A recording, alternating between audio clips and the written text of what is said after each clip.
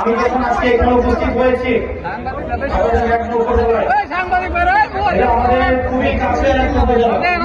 আমার বাড়ি দেবিদ্বার, এখান থেকে খুবই কাছে, আমরা একই এলাকার মানুষ। আমার মাহবুবের আজকে এখানে উপস্থিত আছেন। আপনাদের সবাইকে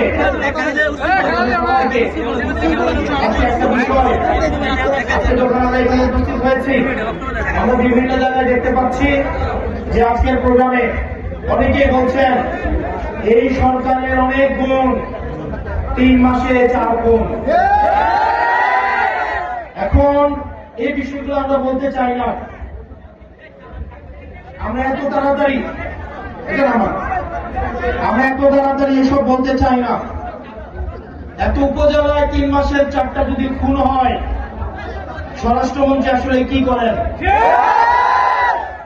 স্বরাষ্ট্রমন্ত্রী উনি মাঝে মাঝে প্রধানমন্ত্রীর পক্ষে কথা বলেন, উনি মাঝে মাঝে অর্থমন্ত্রীর পক্ষে কথা বলেন। আসলে ওনার মন্ত্রণালয় নিয়ে ওনার কোনো চিন্তা নাই।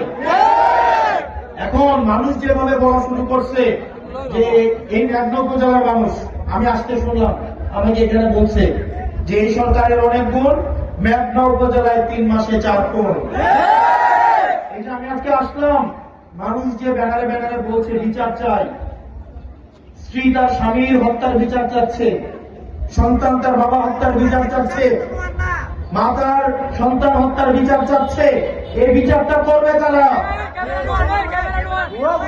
আমরা অত্যন্ত দুঃখের সাথে এবং পরিতাপের সাথে দেখতে পাচ্ছি আইন শৃঙ্খলার যে অবনতি হচ্ছে, এই ধারা যদি অব্যাহত থাকে তাহলে এই সরকারের প্রতি মানুষের আস্থা দিন দিন যেভাবে তলানিতে ঠেকছে, কিছুদিনের মধ্যে এই আস্থা নাই হয়ে যাবে।